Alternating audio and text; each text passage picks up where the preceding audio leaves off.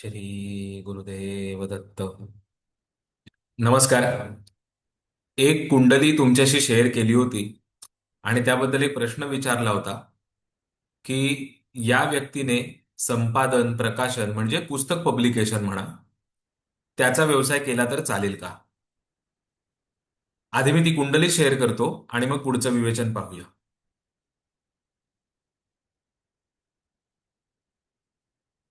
ही ती कुंडली आहे. या व्यक्तीबद्दल प्रश्न असा होता की यांनी पुस्तक पब्लिकेशन किंवा पुस्तक प्रकाशन संपादन प्रिंटिंग या व्यवसायामध्ये उतरावं का किंवा तो व्यवसाय यांच्यासाठी चालेल का. अचानक ही कुंडली घेण्याचं काय कारण.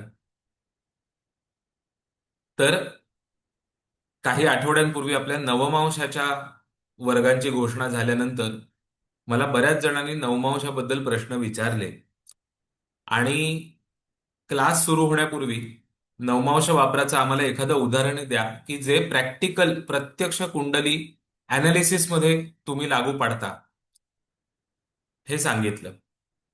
त्यामुळे म्हटलं की अनायासे आपल्याला हा व्हिडिओ बनवता येईल. हे ह्या व्हिडिओचं प्रयोजन आहे कारण तुमच्यापैकी अनेकांना नवमांश हा थिओरॉटिकल कन्सेप्ट नसून तो प्रत्यक्ष कुंडलीमध्ये प्रेडिक्शन मध्ये कामी येतो हे पटणं आवडेल आणि कुंडलीच्या आधारे ते अभ्यासणं आवडेल म्हणून मुद्दाम ही कुंडली आज घेत आहे. तर या कुंडली धारकाबद्दल प्रश्न आहे की यांनी मध्यायुष्याच्या आसपास यांना ते हे सुरू करायचं होतं त्यांचं निर्णय होता. तर पुस्तक प्रकाशनाच्या व्यवसायामध्ये उतरावं का किंवा तो व्यवसायांना फळेल का तो चालेल का अशा स्वरूपाचा आपल्याला आढावा या कुंडलीवरनं घ्यायचा आहे. आता कुंडली सॉल्व करताना विविध प्रकारच्या टेक्निक्स आपल्याला वापरता येतात. कुणी कृष्णमूर्ती पद्धत वापरेल, कुणी इतर कुठली पद्धत वापरेल, कुणी पारंपरिक पद्धत वापरेल. इथे आपण फक्त पारंपरिक पद्धतीचा विचार करून निष्कर्ष काय निघतो ते पाहणार आहोत. बरं तर बरं कुंडली सॉल्व करणं हे वेगवेगळ्या प्रकारे असू शकतं पण इथे आपण अगदी बेसिक पण महत्वाच्या अशा काही गोष्टी पाहणार आहोत आणि आपल्याला उत्तरापर्यंत पोहोचता येतं का हे बघणार आहोत. तर त्याची सुरुवात करूया. प्रश्न आहे करिअर बद्दलचा. हाती जे कार्य घ्यायचं आहे त्याबद्दलचा. अर्थातच दशमस्थान हे महत्वाचं स्थान ठरतं आणि शेवटी उत्पन्नाशी निगडीतही बाब ही असल्यामुळे धनस्थान सुद्धा महत्वाचं ठरतं कारण शेवटी धनस्थान आणि दशमस्थान म्हणजेच द्वितीय स्थान आणि दशमस्थान ही दोन स्थानं फ्लो ऑफ इन्कम आणि सोर्स ऑफ इन्कमशी निगडीत असतात. पण कुठल्याही कुंडलीमध्ये लग्न रवी आणि चंद्र यांची स्थिती एकदा नीट तपासून घ्यायची असते आणि मग पुढे जायचं असतं. विशेष करून अशा कुंडल्यांमध्ये तर ही बाब फार महत्वाची ठरते का तर यांचं धनु लग्न आहे. लग्नातील रास लग्नाचं नक्षत्र लग्नाचा उगवता नवमांश ज्याला उदित नवमांश म्हणतात याचा दूरगामी परिणाम व्यक्तीवर व्यक्तिमत्वावर व्यक्तीच्या विचारसरणीवर आणि त्याच्या लाईक्स डिसलाईक्सवर पडत असतो. हे माहिती आहे आपल्याला म्हणून लग्नबिंदू महत्वाचा असतो. इथे आपण फक्त लग्न राशीचा जरी विचार केला तरी लग्नरास धनु आहे हा या प्रश्नाच्या कॉन्टेक्स्टमध्ये महत्वाचा मुद्दा आहे कारण ह्यांना जे पुस्तक प्रकाशनाचं कार्य करायचं आहे त्यासाठी मिथुन धनु कन्या आणि मीन या राशी महत्वाच्या ठरतात. वायू राशी आहेतच पृथ्वी राशी आहेतच पण राशी स्वामीच्या कारकत्वानुसार बुध गुरुच्या राशी यांना महत्वाच्या आहेत कारण त्या लाईक्स डिसलाईक्सच्या दृष्टीने इम्पॉर्टंट आहेत. लग्न स्थानाचा विचार करता तर यांचं धनु लग्न आहे. पण हे काही निष्कर्षापर्यंत नेणारं उत्तर नाही. आपण एक एक एक एक पैलू फक्त पाहत जातो. धनु लग्न असताना लग्नेश गुरु हा तृतीय स्थानी आहे. एकतर गुरु हा पुस्तक ग्रंथ यांचा कारक ग्रह ही पहिली गोष्ट. तृतीय स्थान हे प्रकाशनासाठी संपादकासाठी अत्यंत महत्वाचं स्थान आहे ही दुसरी गोष्ट. त्यामुळे तृतीय स्थानातल्या गुरुची म्हणून अशी काही विशेष फळं येतात स्थानगत फळांच्या दृष्टीने. इथे तर तो लग्नेश होऊन तृतीय स्थानात आलेला आहे. याचा अर्थ एकतर तृतीयातला गुरु जर अदरवाईज बलवान असेल तर तो पुस्तकं, ग्रंथ, लेखन, संपादन या दृष्टीने व्यक्तीला किमान पक्षी काही आवड किंवा काही गती दर्शवतो. हे आपल्याला माहिती आहे. रुची तरी दर्शवतो हे आपल्याला माहिती आहे. पण म्हणून यांना ते केलेलं चालेल असं मला म्हणायचं नाही. आता आपण फक्त एक एक मुद्दे पाहत चाललो. त्यामुळे ह्या कुंडलीत विशेष करून धनु लग्न असताना लग्नेश गुरु तृतीय स्थानी आहे, हा मुद्दा नोटीस करण्यासारखा आहे. त्याच सोबत नेमका चंद्रही तिथे आहे. लग्नेश आणि रवी किंवा लग्नेश आणि चंद्र किंवा काही वेळेला अमावस्या पौर्णिमेचा जन्म असेल तर चंद्राचं स्थान हे कुंडलीमध्ये अत्यंत महत्वाचं असतं. हे आपण फलज्योतिषाचा संपूर्ण अभ्यासक्रम खंड 4 आणि 5 मध्ये अगदी अनेक कुंडल्यांच्या आधारे उलगडलेलं आहे. साहजिकच आहे यांच्या कुंडलीमध्ये जर लग्नेश या नात्याने गुरु आणि इंडिपेंडेंटली एक महत्वाचा ग्रह म्हणून चंद्र जर एकाच स्थानात असतील तर त्या स्थानाचा यांच्या आयुष्यावर मोठा प्रभाव एकंदरीतच असणार आहे. यांच्या लाईफ डिसिजन्सवर, यांच्या मेंटल कंपोजिशनवर आणि इतर अनेक बाबतीत. हे तर आपण बेसिक ज्यांना ज्योतिष येतं हेही जाणत असतील. पण तृतीय स्थानाचा प्रभाव एकंदरीत त्यांच्या आयुष्यावर असेल म्हणून काही यांनी लगेच प्रकाशन किंवा संपादन व्यवसायामध्ये उतरावं असं आपण म्हणणार नाही. पण back of the mind, at the backdrop हा मुद्दा आपल्या लक्षात राहील की यांचं तृतीय स्थान मात्र अत्यंत महत्वाची भूमिका यांच्या आयुष्यामध्ये निभावत आहे. कारण लग्नेश आणि चंद्र तिथे एकत्र आहेत. ज्याचा नवमांशाचा विचार अभ्यास चांगला आहे त्याला पटकन लक्षात येईल की लग्नेश गुरु नुसता तिथे नाहीये तर तो वर्गोत्तम आहे. कारण तुमच्यापैकी ज्यांना इथे नवमांश दिसत असेल, गुरु हा 13 अंश आणि त्याच्या खाली 11 लिहिलंय, तो नवमांश आहे. कुंभरास आणि कुंभ नवमांश यातल्या गुरुला आपण वर्गोत्तम म्हणू. आणि वायुरास वायू राशीतला गुरु हा गुरुचं आकाश तत्व अत्यंत चांगल्या रीतीने प्रकाशित करू शकतो. आणि म्हणून प्रकाशन संपादनासाठी किमान पक्षी एक व्यक्तीच्या अंगातली एक इन्हरंट क्वालिटी, उपजत गुण ह्या निमित्ताने तरी, ह्या प्रकाराने तरी गुरु हा बलवान आहे हे आपल्याला माहिती आहे. आणि ज्यांनी चंद्र पाहिला असेल नीट त्याच्या लक्षात येईल की चंद्र सुद्धा वायू राशीमध्ये मिथुन नवमांशामध्ये आहे. मिथुन नवमांश तर थेट पुस्तक प्रकाशनाशी, संपादनाशी निगडीत नवमांश आहे. म्हणजे किमान पक्षी लग्नेशाची कुंभ राशीतली वर्गोत्तम स्थिती आणि चंद्राची कुंभरास मिथुन नवमांशातली स्थिती, या दोनही गोष्टी या व्यक्तीला पुस्तकांसंबंधी, तृतीय स्थानासंबंधी, प्रकाशन संपादनासंबंधी आवड, गुण देणारी आहे हे निश्चित. ओके. पण म्हणून आपण आता उडी मारायची का की हो तुम्ही करा यशस्वी व्हाल, तर नाही. आपला मुख्यतः धनस्थान आणि द्वितीय स्थान ही मुख्य स्थानं यांचा अनालिसिस आपला झालेला नाही. आधी आपण आता त्याकडे जाऊया. त्यांच्या दशमस्थानी कन्या रास येते. कन्या रास ही मी मगाशी म्हटल्याप्रमाणे की बुधाच्या आणि गुरुच्या राशी हे प्रकाशन, संपादन या प्रकारच्या व्यवसायासाठी पोषक असतात. त्यामुळे दशमस्थानात कन्या रास असणं बाय इटसेल्फ एक महत्वाचा फॅक्टर आहे. पण म्हणून सगळेच धनु लग्न असणाऱ्या व्यक्ती काही प्रकाशन संपादन करतील असं बिलकुल नाही. इतर ग्रहयोग हे ठोस असावे लागतील त्यासाठी. यांच्या दशमस्थानात कन्या रास आहे हा एक आपण म्हणतो एक लक्षात घेतल्या जाण्यासारखा मुद्दा आहे. कारण शेवटी दशमेश बुध होतो आणि दशमेशाचं कारकत्व हे महत्वाचं असतं. विशेषतः आपण बघा, मी मुद्दाम ह्या व्हिडिओमध्ये सगळे बेसिक गोष्टीच जॉईन करून प्रेडिक्शन पर्यंत न्यायचा प्रयत्न करणार आहे. आणि कारण मी तसाच विचार करतो. कॉम्प्लेक्स विचार करणं तर पुढे जमतंच, पण बेसिक्सला ओलांडून कॉम्प्लेक्स विचाराकडे जायचं नसतं. तर बुध म्हणजे दशमेश कुठल्याही कुंडलीमध्ये विशेष करून त्याच्या कारकत्वाच्या दृष्टीने अधिक महत्वाचा केव्हा ठरतो त्याचा एक नियम तुम्हाला मी सांगतो. दशमेश ज्या वेळेला अर्थ त्रिकोणामध्ये असेल, 2, 6, 10 म्हणजे उत्पन्नाशी निगडीत त्रिकोणामध्ये असेल किंवा लाभस्थानी असेल, तेव्हा दशमेशाचं कारकत्व सुद्धा एक महत्वाचा रोल प्ले करत असतं करिअरवर प्रकाश टाकण्यासाठी. ह्या कुंडलीत ते विशेष महत्वाचं राहतं कारण दशमेश बुध हा षष्ठ स्थानी, षष्ठे तिकडे आहे पण षष्ठ स्थानी आहे. त्यामुळे अर्थ त्रिकोणात आहे. अर्थातच बुधाचं नॅचरली जे कारकत्व आहे, जे अगेन प्रकाशन संपादन याच्याशी निगडीत पण आहे, ते लक्षात तरी घ्यावं लागेल. पण म्हणून लगेच ह्या स्टेजला सुद्धा आपल्याला उडी मारता येणार नाही, हो तुम्ही करा तुम्हाला यश मिळेल, नाही. इथे तुम्ही बुधाचा सगळा एकत्रित विचार कराल की बुधाचं कारकत्व हे ह्या व्यक्तीला जो व्यवसाय करायचा आहे त्याच्याशी निगडीत आहे का, किंवा बुध ज्या राशीत आहे, ज्या नक्षत्र नवमांशात आहे, त्याचं कारकत्व ह्या व्यक्तीच्या व्यवसायाशी निगडीत आहे का, ह्याचा तुम्ही विचार कराल.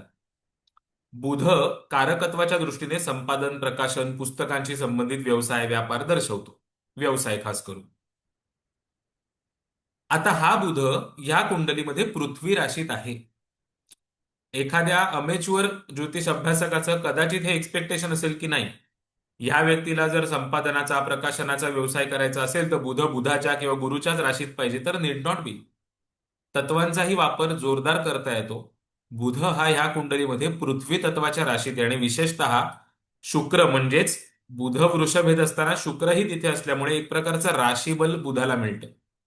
आणि ज्यांनी फलज्योतिषाचा संपूर्ण अभ्यासक्रम खंड 2 अभ्यासलेला असेल, त्यांच्या नीट आणि 1 अभ्यासलेला असेल, त्यांच्या नीट लक्षात येईल की या पहिल्या दोन्ही खंडांमध्ये जिथे पृथ्वी तत्व आपण एक्सप्लेन केलं, वृषभ रास एक्सप्लेन केली, बुधाची राशीगत फलं एक्सप्लेन केली, तिथे पृथ्वी तत्वाच्या बुधाशी ज्या वेळेला घनिष्ठ रीतीने संबंध येतो, तेव्हा साठवणीशी निगडीत कार्य व्यक्ती करू शकते. मग कोणी बँकेत काम करेल, कोणी इतर डेटा मेंटेनन्समध्ये काम करेल, वगैरे वगैरे वगैरे. पुस्तकं हे साठवणीशी निगडीतच काम आहे. कारण माहितीची साठवण पुस्तकात केलेली असते. प्रकाशक तेच आणतो. तर त्यामुळे अ,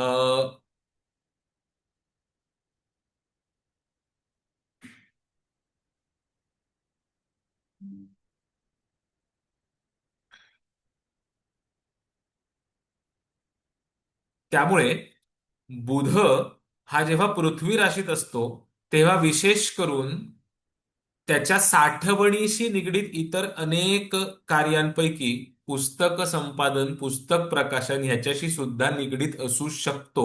हे ज्यांचा पृथ्वी तत्वातला, पृथ्वी राशीतला बुध कसा फळतो यांचा अभ्यास असेल, आपल्या ग्रंथांमध्ये त्यांनी अभ्यासलं असेल, त्याच्या निश्चितपणे लक्षात येईल. त्यामुळे पृथ्वी राशीतला बुध, वृषभ राशीतला बुध हा पुस्तक संपादन, पुस्तकांशी संबंधित कार्य या बाबतीत निश्चितपणे अनुकूल आहे. इतकंच नाही तर बुध हा पृथ्वी राशीत असताना या कुंडलीत पृथ्वी नवमांशात सुद्धा आहे. बुधाचा नवमांश जर तुम्ही पाहाल तर तो मकर नवमांश आहे. इथे कृत्तिका नक्षत्राकडे मी मुद्दाम येत नाही, तो निश्चितपणे ऍडेड ऍडव्हान्टेज आहे, पण मला नक्षत्र आणखीन यात ऍड करून थोडं जे नवशिके आहेत अभ्यासक त्यांना कन्फ्यूज करायचं नाहीये. म्हणून फक्त आपण रास आणि नवमांश पाहूया. बुध हा पृथ्वी तत्वाचा ग्रह, पृथ्वी राशीतच तोही राशीबली असताना पृथ्वी नवमांशामध्ये आहे. हा घटक बुधाला त्याचं कारकत्व, पृथ्वी तत्वाचं कारकत्व विशेषतः विकसित करण्यासाठी निश्चितपणे बलवान घटक ठरतो. पण म्हणून लगेचच इतक्यावरच आपण उडी नाही मारणार की येस तुमचा बुध पृथ्वी राशीत आहे, पृथ्वी तत्वाच्या नवमांशात आहे म्हणून तुम्ही प्रकाशन संपादनाचं कार्य करा, नाही. धनस्थानाशी पण निगडीत तुम्हाला विचार करावा लागेल. शिवाय या बुधाचा म्हणजेच दशमस्थानाचा किंवा धनस्थानाचा तृतीय स्थानाशी पण संबंध कुठेतरी यायला हवा. कारण शेवटी प्रकाशन संपादन हे कार्य तृतीयाच आहे. तृतीयेश दशमात असता भाग वेगळा असता, दशमेश तृतीयात असता भाग वेगळा असता. इथे तो भाग फॅक्टर नाहीये. इथे दशमस्थानाचा किंवा दशमेशाचा थेट संबंध तृतीय स्थानाशी येत नाहीये. धनस्थान पण इंडिपेंडंटली दशमस्थानातली रास, दशमेश बुधाची राशी आणि नवमांशाची स्थिती हे प्रकाशन संपादनासाठी पोषक आहे असं आपण म्हणू. पण कन्व्हिन्सिंगली आपण अजून उत्तरापर्यंत जाऊ शकलेलो नाहीये. धनस्थानाचा विचार केल्याशिवाय कन्व्हिन्सिंगली उत्तर द्यायचंही नाही. आता धनस्थान काय सांगतं ह्या कुंडलीत, तर या कुंडलीमध्ये मकर रास ही धनस्थानात येते, जी अगेन पृथ्वी रास आहे. आणि त्या राशीमध्ये शनी व केतू आहेत. शनी आणि केतू नैसर्गिक कारक म्हणून प्रकाशन किंवा संपादन याच्याशी निगडीत नाहीत. निव्वळ नैसर्गिक कारक म्हणून आपण त्यांना विचारात घेतलं तर. पण भावेश म्हणून विचारात घेता त्यांची भूमिका वेगळी ठरते. धनेश शनी धनस्थानात असणं हा योग शनीला राशीबल देतो. त्यामुळे धनेश धनात हा योग आर्थिकदृष्ट्या फार महत्वाचा असतो. इथे तो केतू सोबत आहे हा विचार तुम्ही करू नका. कारण ज्यांनी आपला फलज्योतिषाचा संपूर्ण अभ्यासक्रम खंड 1 अभ्यासलाय आणि त्यातलं केतू ग्रहाचं वर्णन अभ्यासलंय, त्यांच्या निश्चितपणे लक्षात असेल किंवा आपले सराव वर्ग केलेत, तिथे तर अनेक कुंडले आपण सॉल्व्ह केले. त्यांच्या निश्चितपणे लक्षात आलं असेल की केतू ज्या वेळेला चांगल्या स्थितीमध्ये असतो, विशेषतः तो अशा राशीत असतो की जिथे राशीस्वामी पण आहे, म्हणजेच स्वराशीतल्या ग्रहासोबत ज्या वेळेला केतू असतो, तेव्हा व्यावहारिक बाबतीत तरी त्या स्वराशीतल्या ग्रहाची फळं केतू अँप्लिफाय करतो, तो त्याच्या आड येत नाही. ओके, व्यावहारिक बाबतीत विशेषतः. त्यामुळे इथे ही जी मकर राशीतला शनी जो केतू सोबत आहे, तिथे केतू शनीला फार मोठा व्यावहारिक बाबतीत त्रास देणारा घटक नाही. उलट केतू शनीची फळं अँप्लिफाय करेल हा भाग आहे. त्यामुळे तूर्त मी केतूला बाजूला ठेवतो. शनीवर फोकस करूया. धनेश शनी धनात आहे.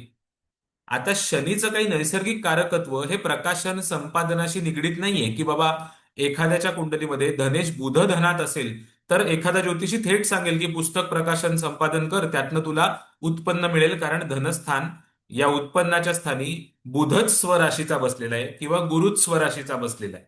नाही, शनी काही निसर्गतः पुस्तक प्रकाशनाशी निगडीत नाही. ह्या व्यक्तीने प्रश्न केला असता, मी लोखंडाशी संबंधित व्यवसाय करू का किंवा मी तेलाशी संबंधित व्यवसाय करू का, तर तुम्ही शनीचं कारकत्व विचारात घेऊन धनेश धनात आहे, मग तुला त्यातनं निश्चितपणे उत्पन्न मिळेल असं म्हणाला असतात. पण इथे ते होत नाहीये. त्यामुळे धनेश धनात आहे हा मुद्दा आपल्याला तेवढा महत्वाचा नाही. पण धनेश शनी धनस्थानात असताना तो तृतीयेश धनस्थानात असाही आहे. ह्याला जबरदस्त महत्व येतं आणि ह्या गोष्टीने तुमची दृष्टी बदलते. कारण शनीकडे 2 स्थानांची मालकी आहे, एक तर धनस्थान आणि दुसरं तृतीय स्थान. त्यामुळे जसा तो धनेश धनात म्हणून आर्थिकदृष्ट्या काही बळकटी दर्शवेल, त्याचप्रमाणे तो तृतीय धनस्थानात म्हणून तृतीय स्थानाचा धनस्थानाशी चांगला संबंध जोडेल, कारण तो स्वराशीचा आहे. आणि मग त्यामुळे तृतीय स्थानाने दर्शवलेल्या मार्गांनी उत्पन्न ह्या व्यक्तीला मिळू शकतं. हा भावेश भावात ही जी फलं आपण अभ्यासतो त्यातला भाग राहतो.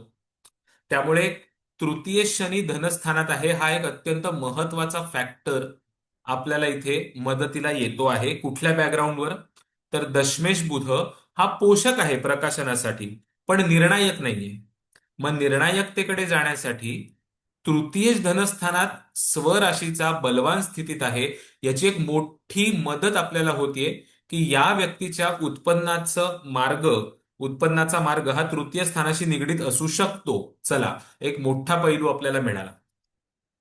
ह्या स्टेजवर अनालिसिस येईपर्यंत आपण जर समजा थांबलो, तर आपण ह्या व्यक्तीला उत्तर देऊ की चला, तुमचा लग्नेश तृतीयात आहे, इंडिपेंडेंटली चंद्र तृतीयात आहे, की जे एखाद्या गोष्टीतलं स्किल दाखवतात. इथे सांगायचं झालं तर प्रकाशनाचं संबंधी, संपादनाशी संबंधी काही स्किल दाखवतात. त्याला मदत मिळतीये दशमात कन्या रास असताना बुध पृथ्वीरास पृथ्वी नवमांशात असणं. त्यामुळे प्रकाशन, संपादन याच्याशी निगडीत असा दशमेश आहे. चला, आणखीन एक पॉझिटिव्ह पॉइंट मिळाला. या पार्श्वभूमीवर तृतीयेश धनस्थानामध्ये आहे स्वराशीचा, त्यामुळे तुम्हाला निश्चितपणे उत्पन्नाचं माध्यम हे तृतीय स्थानाशी निगडीत असू शकतं. चला, आणखीन एक पैलू सर झाला. पण तरीही ऍज ए ज्योतिषी कुठेतरी आपल्याला लागतं की नाही, कन्फर्मेटिव्ह काहीतरी आपल्याला मिळालं पाहिजे की जेणेकरून ठोस आपण सांगू की नाही 100% ह्या व्यक्तीच्या डेस्टिनीमध्ये आहे तो व्यवसाय. ह्या अशा 100% कन्फर्मेशनसाठी अनेक वेळेला नवमांश मदतीला येतात. ह्या कुंडलीत काय होतंय आपण पाहूया. ह्या कुंडलीतल्या बलवान ग्रहांमध्ये समावेश होतो मुख्यतः रवीचा आणि शनीचा. त्यातल्या शनीचा तर ह्या स्पेसिफिक प्रश्नासाठी विशेष विचार करायचा आहे, कारण तो तृतीयेश धनात धनेश धनात असा आहे. धनेश शनी हा धनार्जनाचे मार्ग दर्शवेल. तृतीयेश होऊन तो धनस्थानात आल्यामुळे सुद्धा तृतीयेशा नात्याने धनार्जनाचे मार्ग दर्शवेल. आता या शनीची जर तुम्ही स्थिती पाहिलीत तर शनी आहे पृथ्वी राशीमध्ये, मकर राशीमध्ये 17 अंशावर. मकर राशीत 17व्या अंशावर येतो मिथुन नवमांश.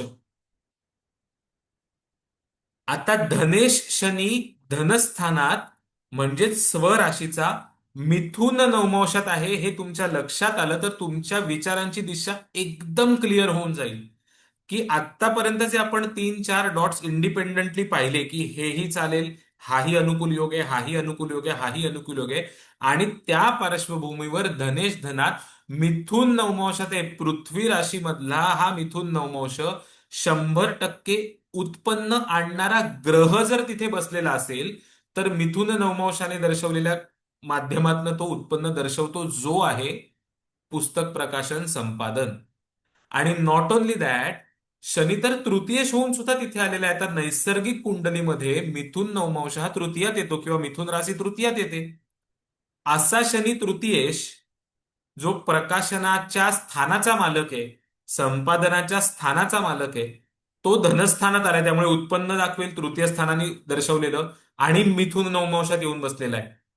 आता धनेश मिथुन नवमांशात धनस्थानी, तृतीयेश मिथुन नवमांशात धनस्थानी, ह्या एका घटकाने जवळजवळ 99 ते 100% तुम्ही उत्तरापर्यंत पोहोचलेला आहात. की येस, जे मी 4-5 मुद्दे पाहिले की गुरुचंद्राची स्थिती म्हणजेच लग्नेश आणि चंद्राची स्थिती, दशमेशाची स्थिती, आणि त्या जोडीने आता शनीची स्थिती, निश्चितपणे या व्यक्तीला प्रकाशन संपादन या संबंधी व्यवसाय करण्याचा योग आहे.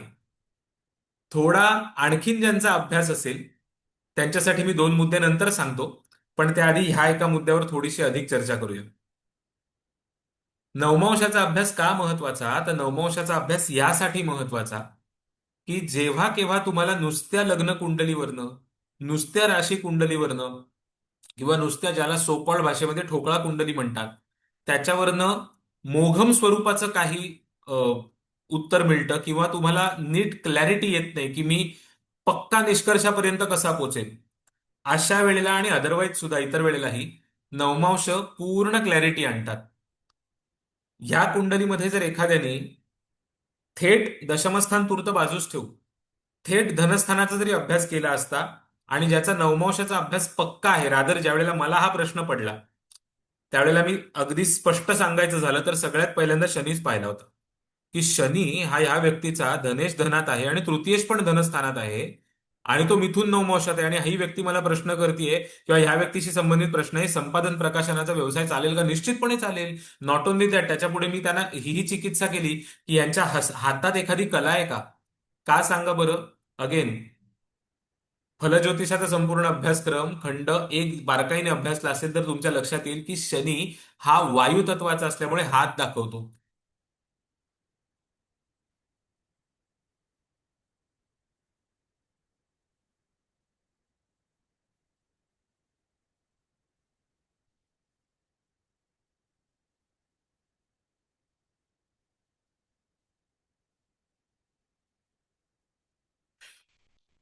हात दाखवणारा ग्रह तृतीयेश झाला या कुंडलीत, खंड 5, आणि तो मिथुन नवमांशात आहे.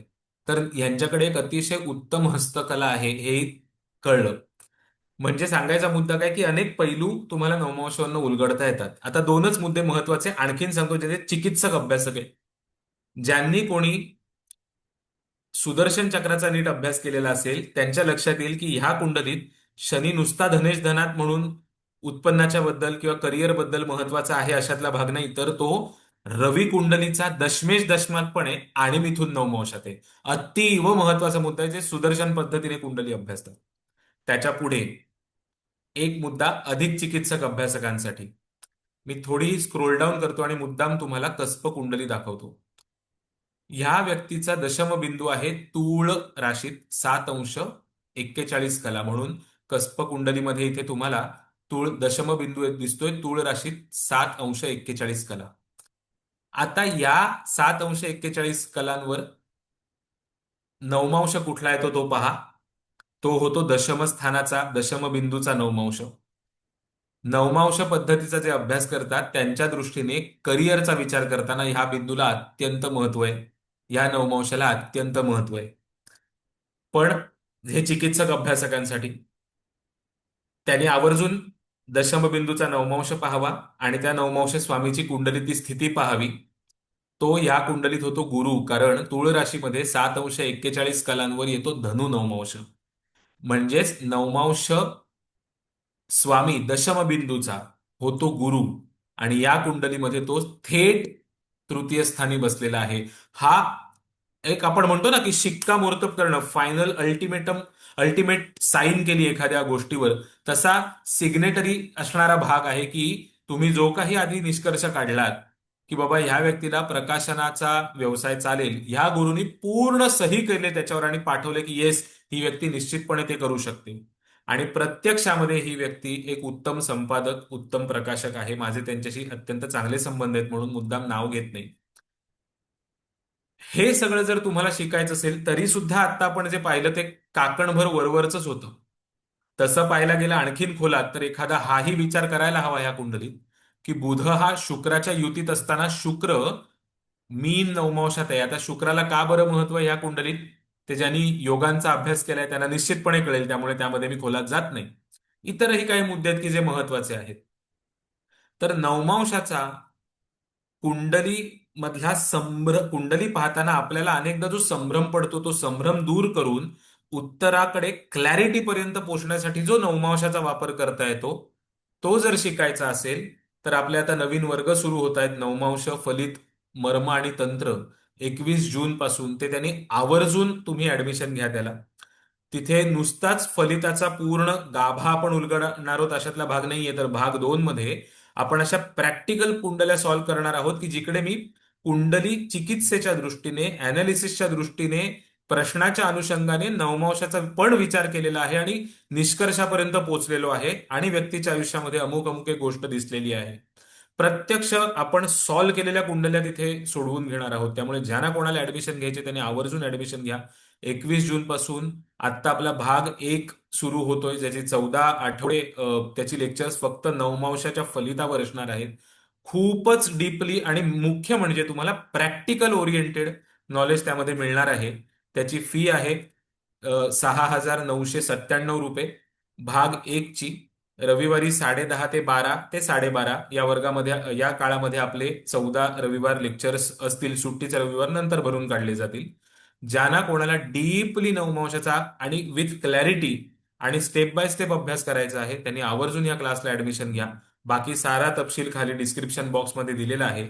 अधिक माहिती हवी असेल तर 9820530113 वर संपर्क साधा आणि बाकी काही शंका असतील तर आम्हाला आवर्जून विचारा. तर ऑल दी बेस्ट. असेच काही काही नवीन व्हिडिओ आणायचा माझा प्रयत्न राहील. तुमचं प्रोत्साहन अपेक्षित आहे. हा व्हिडिओ प्लीज तुमच्या इतर अभ्यासक मित्रांशी शेअर करा आणि हे चॅनल आवर्जून सबस्क्राईब करा. थँक्यू. श्रीराम.